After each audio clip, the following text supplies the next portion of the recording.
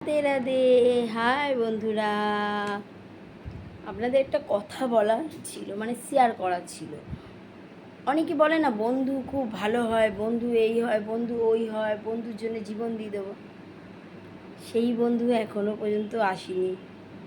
আমি মনে করি সেই বন্ধু এখনো হয়নি। কেন বলুন তো? এটা কলিযুগ।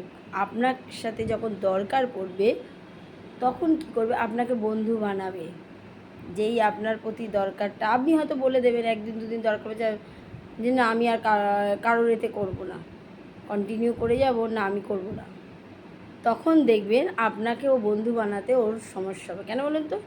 ও তো আপনাকে বন্ধু বানিয়েছে ওর দরকারের জন্যে, ও তো আপনাকে সত্যিকারের বন্ধু বানায়নি।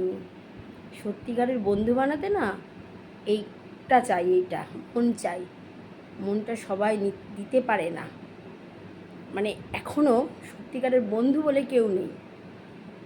আমার হাজব্যান্ড বলো, আমার দুই ছেলে বলো, বৌমারা বলো, আমার মেয়েও খাঁটি কথা বলে যে মা এদের সাথে বন্ধুত্ব করো না, এরা কিন্তু বন্ধুর যোগ্যই না।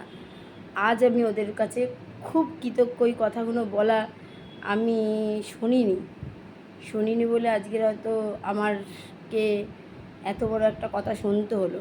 মানে আমার পেছনে, ও তো আমার ডাইরেক্ট বলবে না, আমার পেছনে নিচে যে কথাগুলো বলছে সেটা কাউকে বলছে না, আমার কথাগুলো অন্য লোককে শেয়ার করছে। তার মানে ও আমার বন্ধু হওয়ার যোগ্যই না।